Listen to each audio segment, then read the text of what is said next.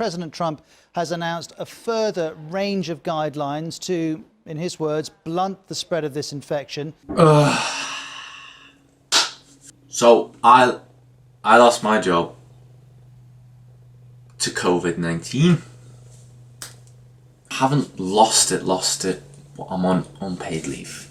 So as you all know, I work at Liverpool Airport, which is located directly in Liverpool at the airport.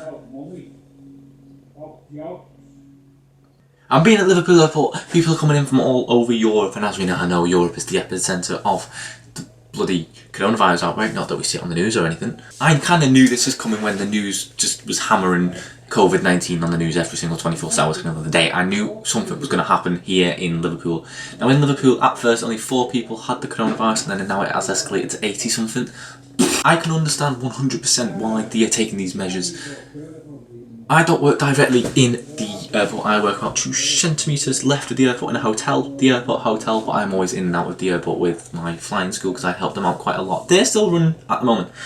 So in the airport hotel, we depend on the business of the airport. That's what an airport hotel is there for. People staying over, staying late, dingy up. And then, do you know when Liverpool Football Club play? We should all know Liverpool Football Club because I know I have a lot of people not from the UK outside on this channel because the statistics tell me on my fucking Mac. Anyway, we depend on events as well. We depend on the Grand National, when Liverpool play, it's big. Liverpool are a big football club now. They are huge all across the world ever since winning the Champions League last year. Big. So our hotel is always full when Liverpool play. What's been cancelled? Liverpool, Grand National, me singing the Echo Arena. I don't know. Everything's been cancelled. Every event. So that means business has dropped. Flights have been cancelled. Krakow are on lockdown. Krakow, Poland are on lockdown. Italy's on lockdown. Ireland have closed schools. Ryanair are about to recall its 450 fleet and ground, and EasyJet are about to cut 80% of flight. British Airways have made redundancies. So business is on the... And with that, the Liverpool Airport looking like they're going to close their doors terminal-wise. Runway-wise, they might still be able to operate if ATC and Firecover decide to stay. If they stay, the runway can open, but the terminal just won't operate. That's good for me GA-wise. Downside of that, I've been asked to take my holidays and then unpaid leave. So I'll get about £1,000 maybe this month that I've worked, because we're in the middle of March.